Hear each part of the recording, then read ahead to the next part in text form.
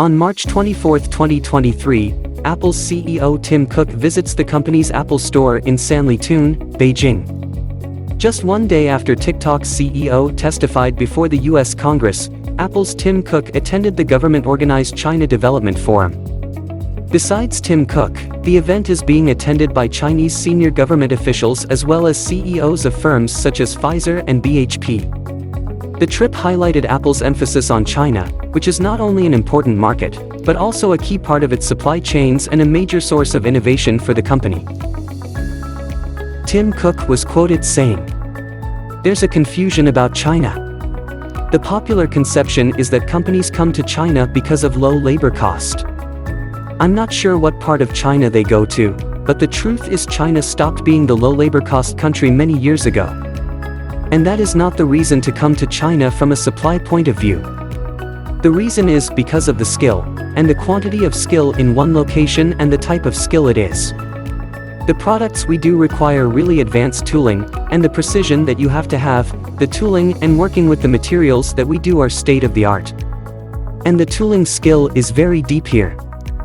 In the US, you could have a meeting of tooling engineers and I'm not sure we could fill the room. In China, you could fill multiple football fields." Cook also said that Apple and China had grown together over the past 3 decades in the forum, adding that he was thrilled to be back in the country, which only reopened its borders this year after abandoning its strict zero-COVID policy. The last time Cook visited China was in 2019.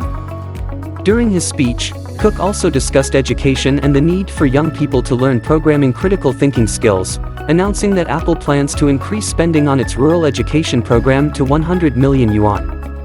China's state media, Global Times, was quick to seize on the apparent contrast between the two CEOs' experiences. TikTok CEO was under siege at the US hearing, while Apple CEO was enthusiastically welcomed by people at its flagship Chinese store. This shows that China is the one that is actually practicing fair and free trade, wrote Global Times. The Biden administration has demanded that the Chinese owners of TikTok sell their share of the company or face a ban from the United States, the app's most important market. China's Commerce Ministry said Thursday that a forced sale of TikTok would seriously damage global investors' confidence in the United States. The US has concerns about the company's data collection practices, and these have been exacerbated by the popularity of TikTok and other Chinese apps.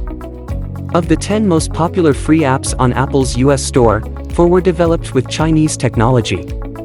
The apps are TikTok, shopping app Temu, fast fashion retailer Shein, and video editing app, CapCut, which also owned by ByteDance.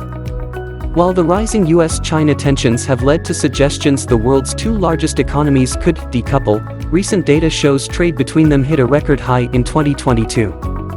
Bilateral goods trade between the countries rose to $690.6 billion last year, according to official US data.